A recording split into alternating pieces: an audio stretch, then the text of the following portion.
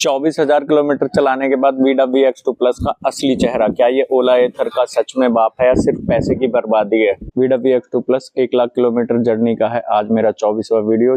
Scooter मेरा 24,000 kilometre complete चल चुका है, तो 1 बाय 1 आपके साथ शेयर करने वाला हूं मेरे एक्सपीरियंस को, ताकि आप डिसीजन ले पाएं कि VW X2 प्लस आपके लिए सही है या नहीं। तो चलिए वीडियो को करते हैं स्टार्ट और सारी डिटेल में आपको देने वाला हूँ। 24,000 किलोमीटर चलने के बाद आप लोग सबसे ज्यादा ये सोच रहे होंगे कि इस स्कूटर की बैटरी हेल्थ और रेंज अभी तक कितनी बची है। तो कंपनी ने इसको क्लेम किया है 142 किलोमीटर आईडीसी रेंज, लेकिन ये फील्ड पे 142 इसने कभी नहीं दिया।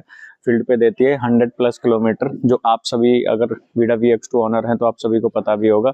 और इसकी ड्रेन की बात करते हैं तो मैं 24,000 किलोमीटर चला चुका हूँ VW X2 प्लस, तो शायद ही किसी ने अभी तक ये 24,000 किलोमीटर चलाया होगा जो क्रिएटर होगा। तो अभी तक बैटरी के कंपोनेंट जितने भी हैं या कनेक्टर हैं वो सब कुछ वैसे के वैसे ही हैं। आइए आपको दिखा देता हूँ। यहाँ पे मैं इसको सीट को करता हूँ ऑन करने के बाद में मैंने एक बैटरी को ही इसमें लगाया हुआ है, एक मेरी वहां पे चार्जिंग में लगी हुई है। इसको आप देखोगे तो ये बिल्कुल टाइट निकल रही है बैटरी, और जब इसको हम डाल रहे हैं तो इसमें कनेक्टर में किसी भी टाइप की कोई दिक्कत परेशानी नहीं है, जिससे आप ये समझ सकते हैं कि कंपनी ने जितने भी इसमें पार्ट्स लगाए हैं वो सारे जेन्युइन क्वालिटी के हैं, जिनसे आपको कोई दिक्कत परेशानी नहीं आने वाली है।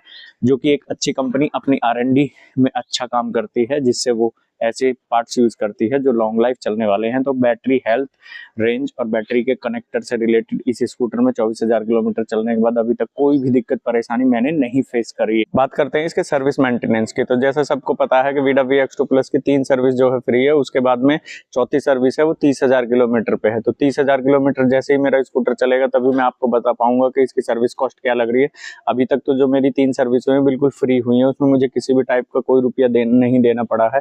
और 24,000 किलोमीटर चलने के बाद मैं आपको बता सकता हूँ, इसके टायर आप देख सकते हो अभी इसमें इतना टायर बचा हुआ है, जो कि यहाँ पे जो इसका गैप होता है वो 7 mm का होता है। तो देखने में ये अभी लग रहा है कि 3 mm के आसपास अभी ये बचा हुआ। कहने का मतलब ये है कि इसका टायर जो है तकरीबन 50,000 किलोमीटर के आसपास चलने वाला है। आगे की मैं खासकर कह सकता हूँ, पीछे वाले टायर में लोड ज्यादा रहता है, तो हो सकता है पीछे वाला टायर जो है कम चले। रीजन क्या होता है कि जब मैं डबल सवारी में चलाता हूँ तो पीछे वाले टायर पे ही ज्यादा लोड पड़ता है, आप सभी को पता है। तो पीछे वाले टायर का तो मैं अभी कह नहीं सकता।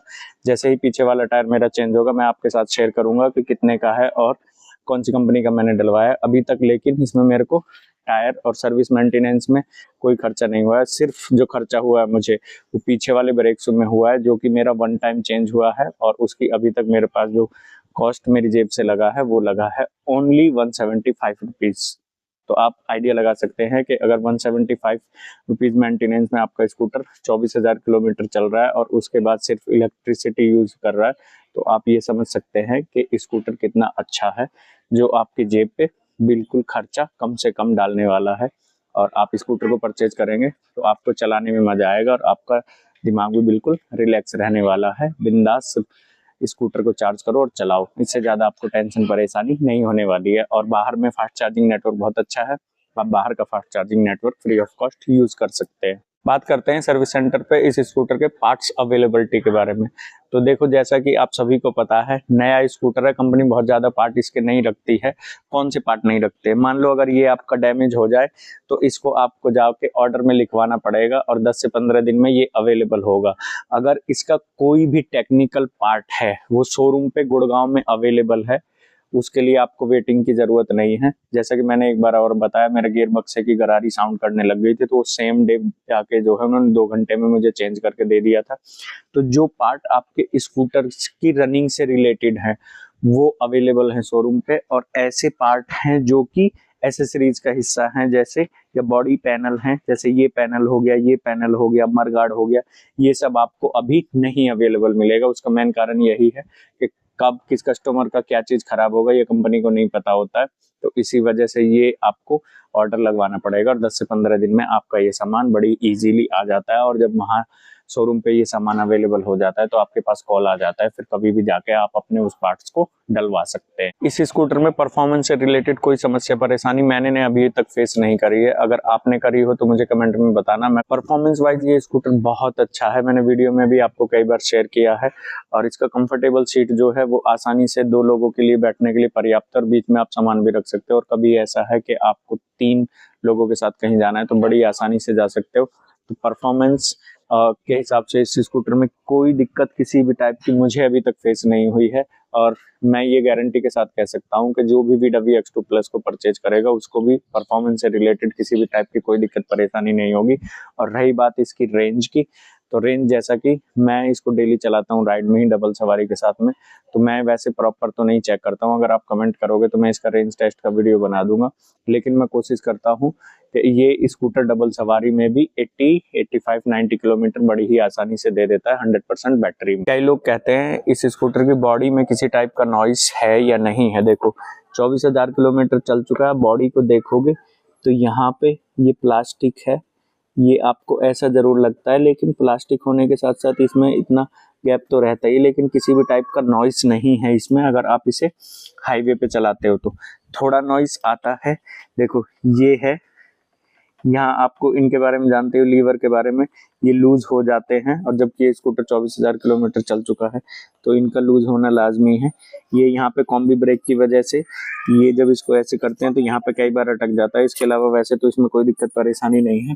और बॉडी पैनल को भी आप देखोगे तो ये बिल्कुल फिट है। तो ओवरऑल देखोगे यहाँ पे मेरे को किसी भी टाइप का कोई गैप या कुछ नहीं नजर आ रहा है। थोड़ा स्क्रैच आ गया है, एक बार गिर गया था स्कूटर, गाँव गया था तो ये बच्चे ने रगड़ दिया था। बाकी ओवरऑल जो है आप इसकी फिटिंग देखोगे बिल्कुल वैसी ही है जैसे मैंने इसे नए में परचेज किया था। किसी भी टाइप का कोई गैप या कोई खड़खड़ाहट इस स्कूटर में अभी तक नहीं मेरे को देखने को मिली है। हाँ, वो एक बात अलग है कि अगर ऐसा रोड है कहीं पे और आपके पीछे वाले टायर में हवा ज्यादा है, 40 PSI से ज्यादा है, तो यहाँ पे थोड़ा सा खड़खड़ साउंड फील होगा, लेकिन वो पैनल गैप का नहीं है वो साउंड।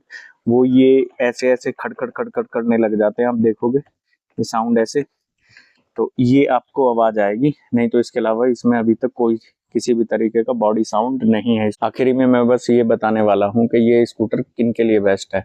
ये स्कूटर अभी की कंडीशन में उनके लिए बहुत ज़्यादा बेस्ट है जिनको 50 से 70 किलोमीटर का डेली रनिंग है और फास्ट चार्जिंग यूज नहीं करनी। उनके लिए ये स्कूटर हमेशा पैसा बचाने वाला है और मेंटेनेंस में भी इसमें कोई बहुत ज़्यादा खर्चा नहीं लगने वाला है।